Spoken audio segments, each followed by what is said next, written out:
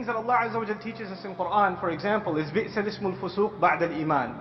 Even a filthy word, a corrupt word, is terrible once you have faith. Allah has blessed a human being with this tongue, with the ability to communicate. That's a gift from Allah. And we honor that gift by using this tongue for things that are noble. By speaking the truth, by speaking for justice, by not wasting and squandering this gift that Allah has given us. Now, when we speak to each other and we say hurtful things, it lasts in that moment. But when you put an absurd and obnoxious and arrogant comment online and you become one of those trolls that say ridiculous things under videos or under blog posts, etc., etc., every time someone hears your inappropriate comments, it's going to be a debit for you. Because every time evil has increased, something bad has increased in the world, someone else has been exposed to evil because of your words, you're responsible. So in that sense, putting stuff up online, you need to be a lot more careful than you are actually in person. Because in person, that conversation died immediately. So its sinful impact, maybe you're only accountable for it for that one moment. But when you put something up online, it's going to be visited and revisited and revisited and relived. And for every one of those occasions, you are answerable and I'm answerable. So we have to be careful about that from a spiritual point of view. The next thing I want to talk about is just, Allah Azza wa Jalla, He gives us certain social principles. Those principles, they applied in a society in Medina, and they apply in the United States in 2011, and they will apply 50 years from now. The ethical principles are universal and they're timeless. And some of those principles are things like not making fun of others. لا يسخر قوم من قوم عسى أن يكونوا خيرا منهم ولا نساء من نساء عسى أن يكون خيرا منهن. Don't make fun of each other. Maybe they're better than you. Don't let women make fun of other women. Maybe they're better than them. Don't call each other names. لا تلمزوا أنفسكم ولا تنابزوا بالألقاب.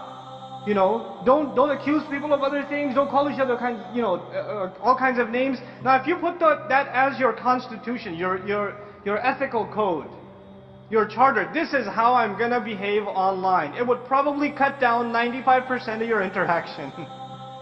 Not making fun of people. What else do you do on Facebook? Not accusing someone of something, not commenting on somebody's photo and say, "What were you wearing? God." Etc. That's all we do is poke fun at each other.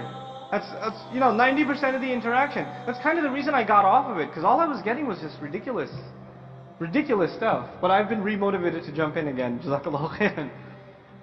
Then there's of course etiquette in discourse. When the Messenger sallallahu alaihi wasallam would hear the most obnoxious speech, Allah Azza wa Jalla had taught him etiquette.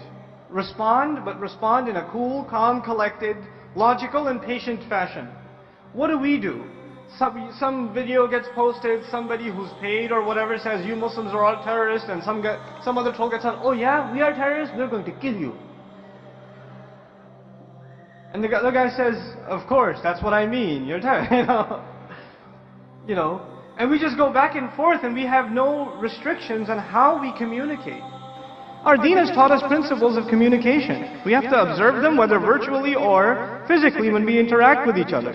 It's no different. So we have to, if we just keep these few things in mind, just these few things, then I think we can have a lot healthier discourse.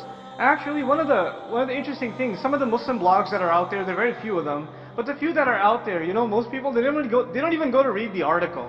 You know what they go for? "Oh my God, that's the subject. I want to read the comments." And there'll be like 30 pages of comments and back and forth and insults, and you go, "Oh snap, what's he going to say now?"